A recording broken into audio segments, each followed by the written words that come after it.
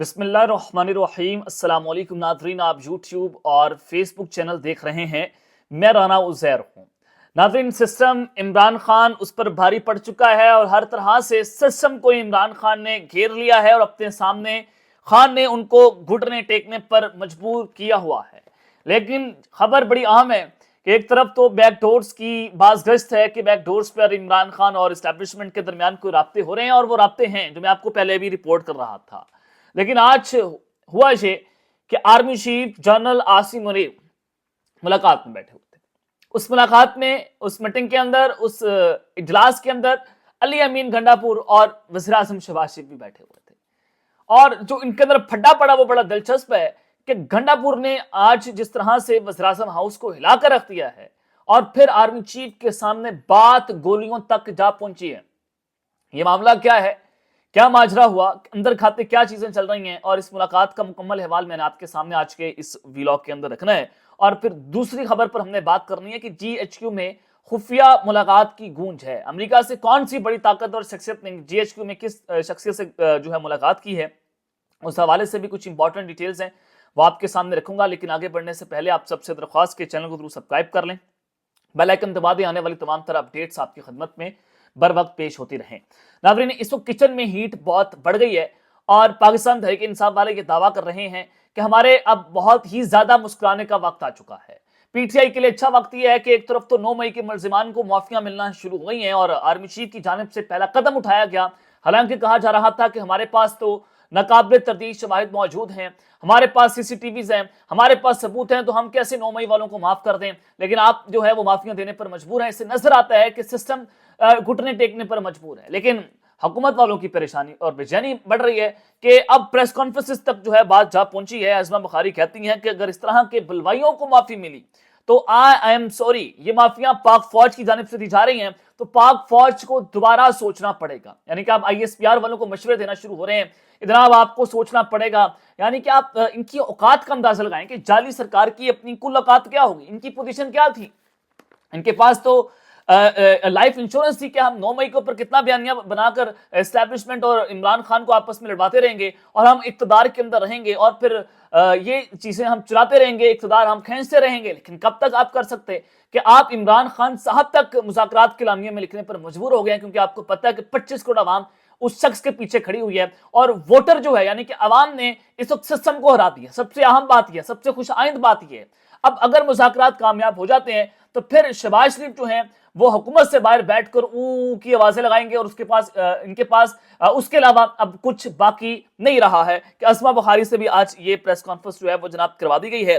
اب میں آپ کو ایک اور اہم خبر دینا چاہتا ہوں، خبر بڑی امپورٹنٹ ہے جناب۔ آرمی چیف کے سامنے جو گولیاں چلنے کا ذکر ہوا اور گنڈاپور نے آج وزیر اعظم ہاؤس میں جو ہلچل مچا کر رکھ دی ہے، دس از ویری امپورٹنٹ ناؤ۔ جناب دیکھیں، آج ایپیکس کمیٹی کا اجلاس تھا، نیشنل سیکیورٹی پلان پر عمل درآمد کے لیے یہ اجلاس جو ہے بلایا گیا تھا۔ وزیر اعظم ہاؤس میں یہ اجلاس ہوا اور اس میں سول اور عسکری حکام شریک تھی، general Asim Munir D G I S I, general Asim Malik صاحب، اور اس کے علاوہ چاروں وزراء اعلیٰ اور جو وزیر تھے اس میں حکومت کے وزراء تھے وہ بھی اس کے اندر جناب شریک تھے۔ اور میں آپ کو جو خبر دینا چاہتا ہوں اس ملاقات کے حوالے سے، اس اجلاس کے حوالے سے، کہ ظاہر ہے اس میں گنڈاپور بھی تھے اور وزیر اعظم اس اجلاس کی جو ہے وہ صدارت کر رہے تھے۔ وہاں پر علی امین گنڈاپور نے جو سوالات اٹھا دیے، اس کے بعد پھر چیزیں آپ کے پاس نظر آ جانی چاہیے کہ چیزیں پھر اچھی نہیں ہیں۔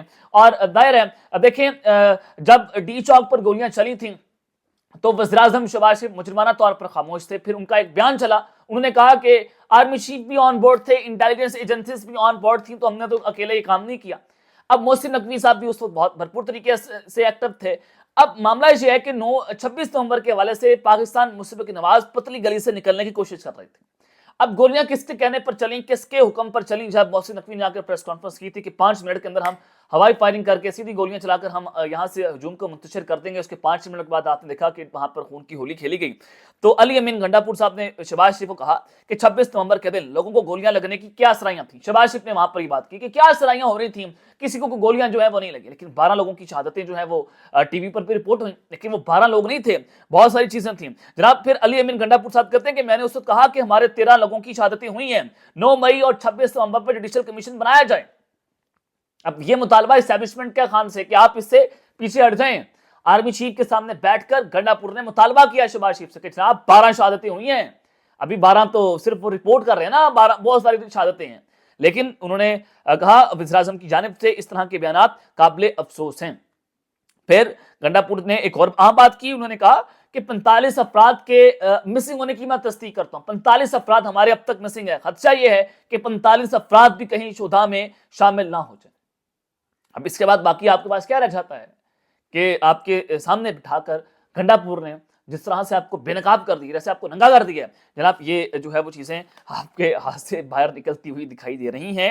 اور پھر جناب میں آپ کو ایک اور خبر دینا چاہتا ہوں کہ جی ایچ کیو میں جو اہم شخصیت ہے اس کی ایک اہم جگہ کے اوپر ملاقات ہوئی ہے. امریکہ سے یہ بڑا اعلان, آپ سمجھ لیں کچھ بھی کہہ لیں جناب. یہ میں آپ کو حامد میر کی خبر دینا چاہتا ہوں. حامد میر صاحب کہتے ہیں کہ ماضی میں نواز شریف جو ہے بیرونی دباؤ پر رہا ہوئے تھے, لیکن جیسے وہ رہا ہوئے وہ ایئر لائن کی ٹکٹ لیتے ہیں اور بیرونی ملک جو ہے وہ چلے جاتے ہیں. اسی طرح سے عمران خان کو بھی باہر نکالنے کے لیے بیرونی دباؤ تو ہے, جس کے لیے عمران خان کہہ رہے ہیں کہ میں کسی بیرونی ملک کے دباؤ پر یا اسٹیبلشمنٹ کے دباؤ پر ملک سے باہر نہیں جاؤں گا. عمران خان کو کہا جا رہا ہے کہ آپ ملک سے باہر چلے جائیں یا آپ بنی گالہ جو ہے وہ شفٹ ہو جائیں. عمران خان نے اس کی تصدیق کی, لیکن انہوں نے کہا کہ میں ملک سے باہر نہیں جاؤں گا. حامد میر صاحب کہتے ہیں کہ عمران خان پر بھی اس حوالے سے بیرونی دباؤ ہے, لیکن عمران خان جیل سے نکلنے کے تو تیار ہیں, لیکن ملک سے باہر جانے کو وہ شخص جو ہے وہ تیار نہیں ہے. اور پھر ڈاکٹر موہت پیرزادہ, ان کی جانب سے دعویٰ کیا گیا, انہوں نے کہا کہ امریکہ سے ایک اہم شخصیت کی اسٹیبلشمنٹ کے اعلیٰ عہدیدار سے ایک ملاقات ہوئی ہے, اور اسٹیبلشمنٹ نے اس وقت ان کو بتایا کہ ہم تو عمران خان کو بنی گالہ شفٹ کرنے کو تیار ہیں, لیکن عمران خان جو ہے وہ بنی گالہ جو ہے وہ نہیں جاتے, تو ہم اس کے اندر جو ہے وہ کیا کریں. تو آپ اس سے اندازہ کریں کہ جناب اسٹیبلشمنٹ کتنی پریشان ہے, وہ کتنی پھنسی ہوئی ہے کہ عمران خان کو وہ کہتے ہیں کہ آپ جیل سے باہر نکل جائیں. خان کہتے ہیں جناب میں نے جیل سے باہر نہیں نکلنا, وہ آؤٹ آف سلیبس آ گیا. اب عمران خان صاحب کو رہا کرنا ان کی جو ہے مجبوری ہے, اور عمران خان کو سسٹم اب مزید جیل کے اندر برداشت نہیں کر سکتا, جیسے وہ شخص جو ہے وہ سیدھا ہو گیا ان سے. تو مذاکرات کے حوالے سے پھر شام کشی صاحب جو ہیں ان کی جانب سے آج جناب جو ہے وہ ایک بیان سامنے آیا. انہوں نے کہا کہ پاکستان نازک موڑ پر کھڑا ہے, میری دعا ہے کہ مذاکرات کسی منطقی نتیجے تک پہنچیں, کیونکہ مذاکرات کی ضرورت پاکستان کو ہے, تحریک انصاف کو نہیں ہے. مذاکرات مثبت نتیجے پر پہنچیں ورنہ حکومت ڈگمگا جائے گی. مذاکرات کی ناکامی جمہوریت کے لیے خطرہ ہوگی. مذاکرات ہونے دیں, حکومت وقت پورا کرتی ہے یا نہیں وہ بات کی بات ہے. عمران خان کی سوچ اور فیصلہ ملک کے مفاد کے لیے ہے. تحریک انصاف نے نیک نیتی سے مذاکرات کا عمل شروع کیا ہے. جمہوریت کے دعویدار سنجیدگی سے مذاکرات کو آگے بڑھائیں. اور پھر جناب وزیر اعظم شہباز شریف صاحب نے پھر آج جو خطاب کیا ایپیکس کمیٹی کے اجلاس سے, انہوں نے کہا کہ فتنہ خوارج کی دہشت گردوں کو ختم کرنے کا وقت آ چکا ہے. پاکستان میں گھس بیٹھے خاص طور پر کے پی کے میں موجود ہیں, دشمن مذموم مقاصد کے لیے گھات لگائے بیٹھا ہے. پاکستان سے باہر ایجنٹ بیٹھے ہیں, دشمن دوست ماں دشمن باہر بیٹھے ہیں. اور انہوں نے کہا کہ دوست ماں دشمن پاکستان کے خلاف کیمپین چلا رہے ہیں, یہ بہت بڑا خطرہ ہے. اسلام آباد پر یلغار چڑھائی ہوئی, سوشل میڈیا پر جھوٹ کا طوفان اٹھایا گیا, ڈیجیٹل محاذ پر پاکستان کے خلاف زہر اگلا جا رہا ہے, سوشل میڈیا پر حقائق کو مسخ کر کے پروپیگنڈا کیا جاتا ہے. ڈیجیٹل دہشت گردی سے نمٹنے کے لیے اقدامات کی ضرورت ہے. یعنی کہ یہ جو الفاظ ہیں نا, یہ الفاظ ہیں پہلے آئی ایس پی آر کے جو سیل سوشل میڈیا کا, وہ یہ لفظ جو ہے وہ استعمال کرتے ہیں. میں بہت قریب سے ان کو جانتا ہوں, آئی ایس پی آر کے سوشل میڈیا سیل پر. اس پر کبھی بڑی بریفلی میں آپ کو بتاؤں گا کہ چیزیں کیسے جو ہے وہ رن ہوتی ہیں وہاں پر.